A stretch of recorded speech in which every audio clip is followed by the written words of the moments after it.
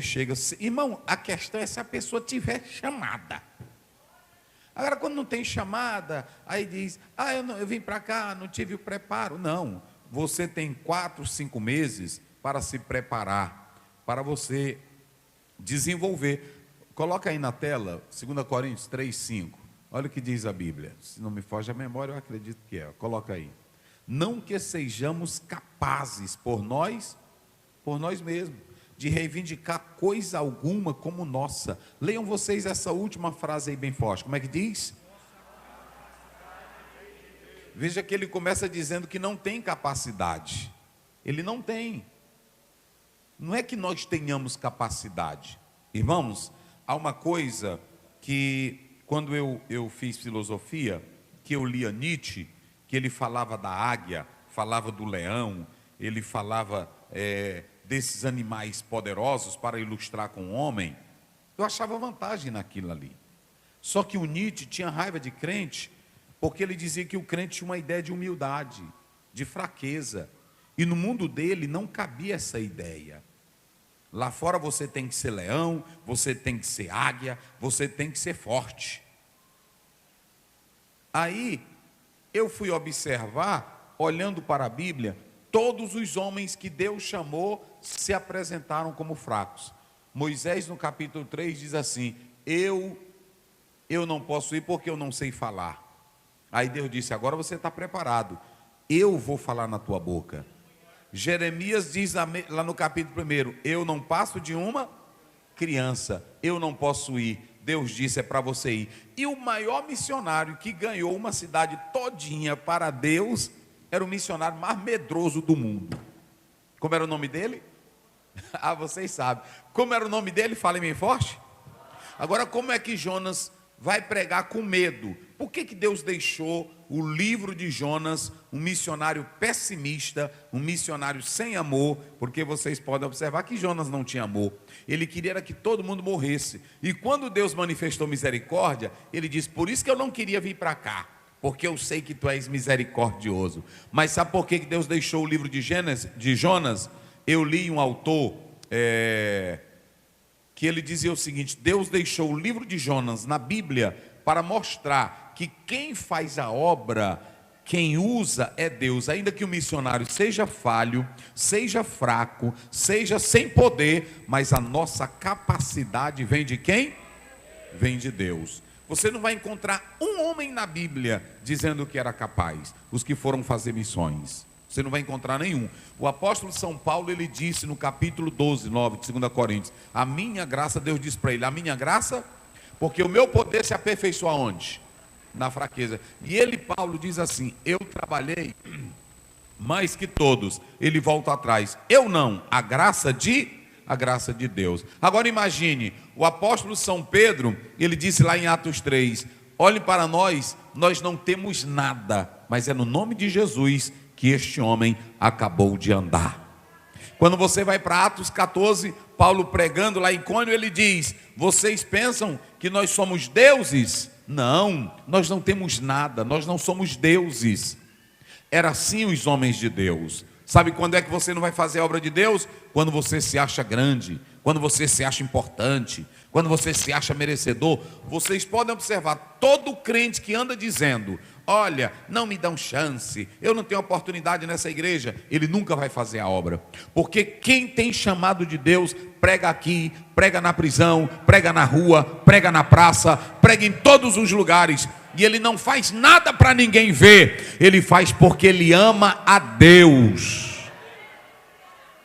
Então, eu tenho essa ideia. Às vezes, outra coisa que eu também tenho na minha mente: a minha vida, irmãos, é de comunhão com Deus. Eu vivo o tempo todo buscando a Deus. Aí, quando eu sinto algo, eu já entendo que é Deus falando ali comigo. Fala aquilo ali, faz aquilo ali. E se a pessoa tiver a chamada e o desejo, Deus abençoa, irmãos. Por isso que eu estava dizendo aqui, a nossa capacidade vem de onde?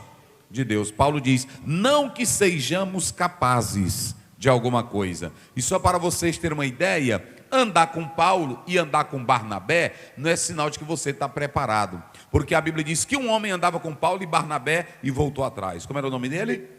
João Marcos. Então, veja bem, olha o discipulado que o Barnabé não deu para Marcos, e ele também viu Paulo, mas quando há muitas teorias, alguns dizem que ele adoeceu e voltou, outros dizem que ele sentiu medo diante das circunstâncias. O certo é que Paulo não queria mais ele no projeto. Depois de 30 anos, Paulo diz assim: me traz Marcos, porque ele é útil. Tem uma coisa também em Marcos, mesmo Barnabé, Paulo abandonando, Paulo não querendo, mas ele viu que o rapaz tinha chamada, porque depois ele se dedicou, porque a questão não é fracassar. Tem irmão que fracassa uma vez, aí ele culpa todo mundo, culpa a igreja, culpa o sistema, culpa tudo, e ele fica se lastimando, é porque não tem chance. Se você errou, mas você volta e quer mudança, amanhã Paulo vai dizer: eu errei, traz Marcos, porque eu vejo que ele é útil para o ministério. Então a nossa capacidade vem de Deus. Então, quando eu olhei para o pastor Normando, o Sávio, o irmão me perguntou: pastor, o Sávio que é aí, ele tem chamada? Porque eu sou o seguinte, irmão, olha para mim aqui, que eu vou dizer uma coisa para você. Uma coisa que eu não tenho é medo de nada. O medo que eu estou falando é de encarar a vida, é de passar por cima de tudo. Bota na tua mente que Deus é contigo, bota na tua mente que Deus é quem te guia, e aí, como diz o hino, segura na mão de Deus e vai. Agora, se ficar, eu vou morrer, minhas mãos tão frias, eita, aqui tem muito desafio, você não vai para lugar nenhum. Não sentia frio não. Aí ele disse que lá não sentia frio. É assim. Pronto, uma pessoa, eu tenho meus temores, minha esposa sabe, eu tenho meus temores, mas eu digo: não, mas é só na hora que Deus quer, só morre, bota na tua mente, tu só morre no dia que Deus quer. Hoje meu irmão estava contando uma história: pastor, fulano de tal, ele estava em tal lugar no carro dele, e aí de repente ele parou o carro e veio um pneu e bateu nele, ele morreu. E aí estava a esposa, estava todo mundo no carro, eu disse: era o dia dele. É assim, não é desse jeito? Era o dia dele. Então, quando for teu dia, meu irmão, tu pode estar dormindo dentro de casa, sozinha, aí a mulher vai te acordar e tu não levanta mais. Era teu dia. Agora, é por isso que eu vou: não viva a sua vida com medo de nada. Viva a sua vida dizendo: Deus é comigo, Deus é meu guia. É assim ou não é, irmãos? É desse jeito. Aí minha esposa que sabe disso, eu já falei, um tempo lá em Coroatá, eu passei, foi tempo ruim, uns 2 anos, tomando remédio velho, e aí pronto, e as mãos esfriando. Eu ia para um lugar, na hora que chegava eu queria voltar logo, eu vou morrer, Darião, eu vou morrer. Quantas vezes eu não saí de Coroatá para ir para Teresina, e quando eu chegava lá o médico dizia: tu não tem nada, e aí pronto, porque como você começa, aí você fica dependendo disso. Um dia eu disse para Deus, dentro da rede, eu deitado, com a cara velha de sono, cheio de remédio, eu disse: Jesus, é o seguinte, está fraco, o Senhor me ajude agora. Aí, mas sabe o que foi que eu botei na minha mente? Eu disse: eu vou. Uma vez, irmão, eu estava no aniversário, e aí lá no aniversário eu senti, aí eu saí de lá, de tudo, eu deixando tudo. Aí eu disse: não, meu pai, agora onde eu senti, se eu morrer vai ser ali, eu sou crente, lá eu fico. Aí pronto, aí quando dá a fé, o coraçãozão, e eu disse: é hoje. Eu disse: não, de vez em quando eu sinto isso, aí eu me sentava, é assim? Não vou morrer hoje não, o médico disse que eu não tenho problema de coração, não tem nada, vai já passar. Aí pronto. A explicação melhor que eu vi foi do pastor Jimmy, ele pregando aqui, ele disse assim: esse problema, a gente sente dor de barriga, sente dor de cabeça, aí na hora que você sente a dor de cabeça, eu vou tomar um remédiozinho aqui e vou me deitar, vou me aquentar. Então esse problema é assim. E tem coisas que eu tenho que aprender a conviver com elas. Eu tenho que aprender a conviver. Aí pronto, desse jeito. Então, te levanta, vai fazer a obra, vai fazer o trabalho, e Deus é quem te dá força. Deus é quem te dá força, Deus é quem te dá capacidade, Deus é quem te dá autoridade, rapaz. Irmã, irmão, faz a obra. Aí assim, ele falando aqui. Aí o pastor disse assim: mas eu acredito é assim. Eu acredito, não existe essa, irmão. E o brasileiro, ainda vou dizer mais, o povo de coragem. Irmão, nunca vi, não tem ninguém mais corajoso do que brasileiro. É assim, irmão, eu vejo esses brasileiros, aí ele se toca aqui no mundo grande, passando pela imigração, aí chega lá do outro lado, eu disse, irmão, e tu fala inglês? Falo nada, pastor. E aí quando Deus fez, e eu disse, mas tu está aqui, pastor, lá no Brasil eu tenho tantas fazendas, eu sou rico, pastor. Eu disse, rapaz, tu veio para cá como? Pastor, não sei de nada. Mas quando eu vou pedir uma pizza de frango, se eu não sei, aí eu digo, olha, aquela ali, olha, Aí o homem bota a pizza, eu disse, rapaz, é assim mesmo.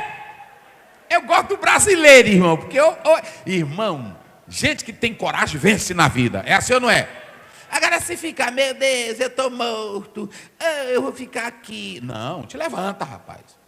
Te levanta, confia em Deus, é assim, confia em Deus, e aí você vai, aí quando dá fé, olha, ele já está falando, quanto tempo tu demorou para falar o espanhol? 7 meses, está aí, 7 meses, aí pronto, você vai, e aí, eu agora lá nos Estados Unidos, o pastor disse para mim, pastor, fique aqui 2 meses, você ficar aqui 2 meses, seu inglês vai embora. Eu disse, eu não posso não, eu tenho igreja, é assim, tem igreja, aí pronto. Aí eu disse, mas é desse jeito. Aí você vai, esse negócio tem, irmão, eu vou para me ver a cultura, irmão, você abre o YouTube, na hora que você quiser saber tudo dos Estados Unidos, você sabe tudinho ali. É assim ou não é? Aí quando você chega, é desse jeito. É assim, é desse jeito. Pronto. Aí você vai andando, vai convivendo, vai vendo tudo, aí pronto. Vai falando, errou um negócio aqui, não é assim? Errou, fale outra coisa, misture por ali, é assim. Aí Deus vai te abençoando. Mas está escrito, a nossa capacidade vem de... E quem quer trabalhar, Deus levanta, Deus faz a obra. Essa colocação do pastor Normando aqui, das 3 colocações, pastor Edson Queiroz, ele fez uma ilustração muito importante, quando ele diz, Jerusalém, não é isso? Recebereis poder e sereis minhas testemunhas em Jerusalém. Pronto, começa por Jerusalém. Aí como ele diz, seu bairro, sua cidade, Jerusalém, Samaria, Judeia. Aí ele diz, você está ainda dentro do seu estado, não é? Do seu estado, Judeia, Samaria. Aí ele diz que você pode estar dentro ainda do seu país, com muitas culturas diversificadas. E até os confins da terra, missões transculturais. E se a igreja fizer isso, Deus vai abençoar. Outra coisa, irmãos, outra coisa. O nome missionário não tem na Bíblia. Não tem na Bíblia. Por que Deus não deixou o nome missionário na Bíblia? Porque Ele deixou uma missão. Ele não deixou missionário. Já as agências criaram, que em uma parte foi bom, mas por outro lado, não foi. Porque muitos crentes deixaram de fazer missões para entregar a missão para um missionário. E Deus não fez assim. Olha aí, coloca aí Atos 8, verso 4, na tela, para os irmãos observarem. Atos 8, 4. Leiam aí toda a igreja.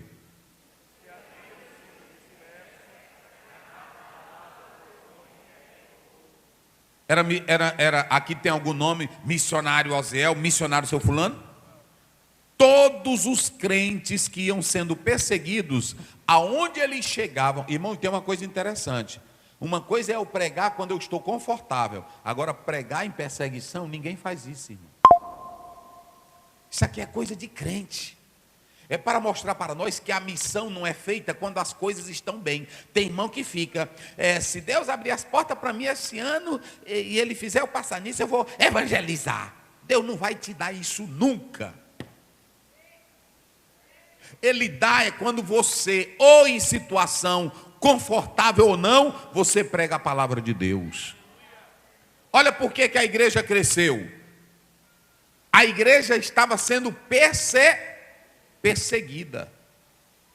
E olha o que a igreja fez. Aí tem crente que está na escola, não fala de Jesus. Tem crente que está na promotoria, não fala de Jesus. Tem crente que está lá no emprego dele, não fala de Jesus. Tem deles que até diz, eu não posso falar aqui não, que eu posso perder meu emprego. Aí lá o outro está falando de muçulmano, está falando de idolatria, está falando de outras coisas. E aí lá você não fala de Jesus e outros estão falando do ateísmo, negando. Tem jovem que está na universidade, não fala de Jesus. Tem medo de dizer que é pentecostal. Tem medo de dizer, não.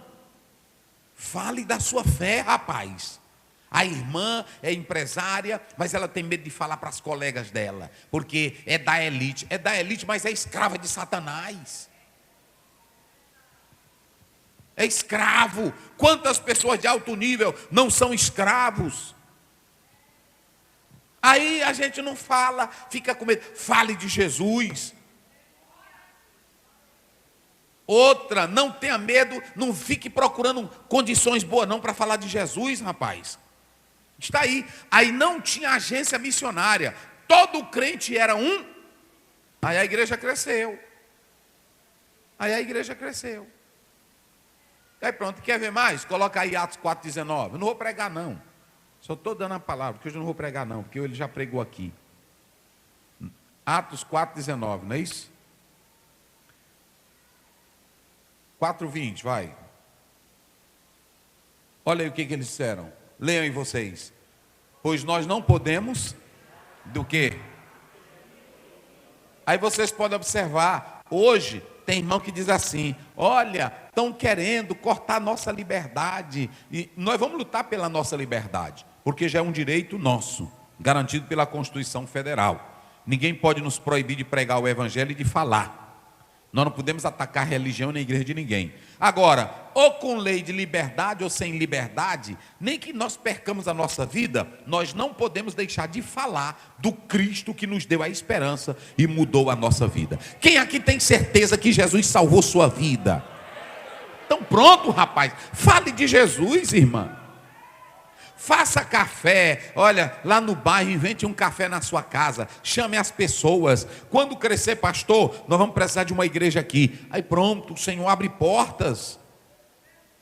É assim que a igreja cresce. Então, eu louvo a Deus, porque nós estamos hoje com esse trabalho de missões, expandindo, fazendo a obra e levando o Evangelho. E estamos fazendo aquilo que Jesus disse em Marcos 16,15, ide por todo mundo pregai o Evangelho a toda criatura. Então, queridos irmãos, nós precisamos a referência, deixa eu ver essa daqui está no inglês, mas vai ser melhor. A referência, só para dizer uma coisa para vocês, de Atos 4, eu acho bonito, irmãos, que a palavra de Deus diz assim, aqui em Atos 4, verso 31, coloca aí na tela. Vamos lá. 4, olha aí. Tendo eles, tremeu o lugar. Onde estavam como?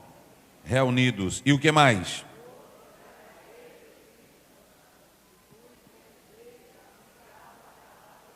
Pronto. Eu li um teólogo, aliás, um comentarista, que ele diz que nesse capítulo aqui teve 3 temores que todo crente deveria ter. 3 temores. Temores de alma. A Bíblia diz que ele disse, nós não podemos deixar de falar do que temos visto. A alma foi abalada. Porque olha para cá, se você não for impactado pela palavra, como é que você vai falar dela? O primeiro temor que tem que acontecer é dentro de você. Você precisa ser impactado pela palavra, para você dizer assim, eu morro por ela, eu morro pelo Evangelho, eu morro por Jesus. Sua alma que foi abalada. Não há como você ser autêntico se a sua alma não for abalada. Primeiro tremor de alma. Por isso que lá em Filipenses 2 a Bíblia diz, desenvolvei a vossa salvação com temor e tremor. Irmão crente que é cheio do temor de Deus e do tremor, quando ele chega num culto como esse ou na rua, ele não tem medo de nada, porque ele está pronto para viver e para morrer. Pronto. Tremor de almas. Aí sabe qual foi outra coisa? Tremor do lugar. Se vocês observarem, a Bíblia diz aí, olha, e moveu-se tremeu. Tem irmão que só quer o tremor do lugar. Eita, eu quando chegar lá na igreja, eu quero que pipoque tudo. Mas não tem tremor de alma. Tem muita gente que anda atrás de tremor. Não tem aquele hino, treme terra, treme céu. É melhor tremer tua alma. Quem tem tremor de alma tem reverência. Quem tem temor de alma tem santidade. Quem tem temor de alma, o tremor tem toda a reverência. A Bíblia diz em Provérbios 1,7, o temor é o princípio do quê? da sabedoria. Então pronto, irmão, houve tremor de lugar, houve tremor de almas. E só para vocês terem uma ideia, a Bíblia diz que houve tremor também, sabe aonde? Nas autoridades, porque elas ficaram temerosas, porque eles disseram: esses homens estiveram com Jesus, o Nazareno. Sabe quando é que o mundo vai temer um pregador do Evangelho? Sabe quando é que o mundo vai temer você? Quando vê que a sua alma treme diante da presença de Jesus. Sabe quando é que o lugar vai tremer? Quando você tremer primeiro pelo lado de dentro. Pronto. Quando você lê a Bíblia, irmãos, está lá em Atos 16, a Bíblia diz que aconteceu outro terremoto. Mas como foi que aconteceu um terremoto? Pronto. A Bíblia diz, me parece que é o 16, 18, 19 de Atos. A Bíblia diz que Paulo e Silas oravam, não é isso? Oravam.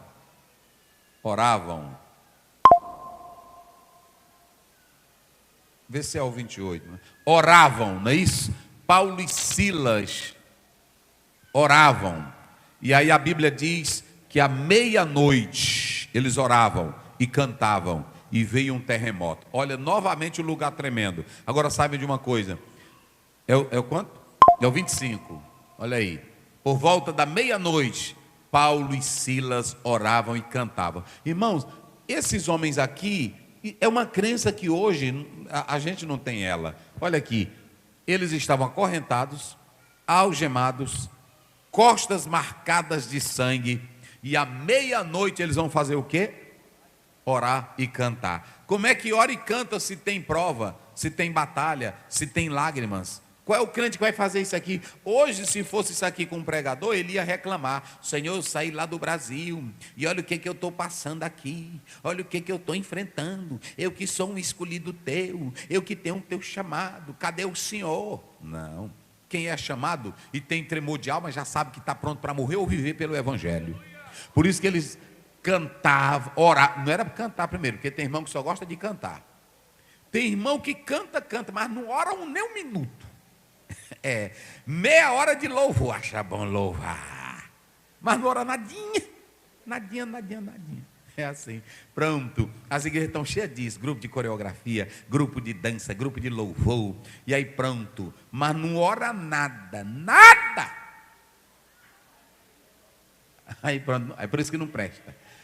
Oravam e cantavam. Aí à meia-noite o Senhor mandou eles orando, e veio um terremoto, sacudiu tudo, irmão, que abriram as celas. E aí o guarda disse: todos foram embora. E aí, pela luz do candeeiro, ele pegou a espada, já ia se matar. Aí Paulo disse: não faça isso, todos nós estamos aqui. Sabe por que aquela moça ficou endemoninhada? Só para ganhar um carcereiro dentro da prisão. Ele aceitou a Jesus como Salvador. O Senhor te dá autoridade. Diga aí para o irmão ao teu lado: deixa Deus tremer tua alma. Eita, deixa Deus te sacudir, rapaz. Mas é bom. Deixa Deus fazer tua alma se alegrar. Deixa Deus fazer tua alma exaltar. Coisa boa é crente com a alma jubilosa. Aleluia. Aleluia. Irmão, não tem coisa melhor quando você recebe de Deus. Quando Maria ouviu, está lá em Lucas 2, que o anjo chegou: salve agraciada, o Senhor é contigo, bendita és tu entre as mulheres, bendito o fruto do teu ventre. Aí ela diz: que saudação é esta? Visto que eu não conheço varão nenhum, descerá sobre ti o Espírito Santo, e a sombra do Altíssimo te envolverá. Irmão, depois que falou, olha o que ela diz: a minha alma engrandece ao Senhor, meu Salvador. Primeiro, o anjo fez a alma dela tremer com a notícia. Aí depois ela glorificou. Todo crente, irmão, que a alma dele recebeu de Deus, treme. É assim. Tem irmão que só treme quando o celular toca aí no culto, ou avisando que o joguinho está na hora de começar. Agora, quando a alma está diante de Deus rendida, quem está com a alma alegre diante do Senhor? Deus dá vitória. Deus abençoe, pastor Normando, a esposa.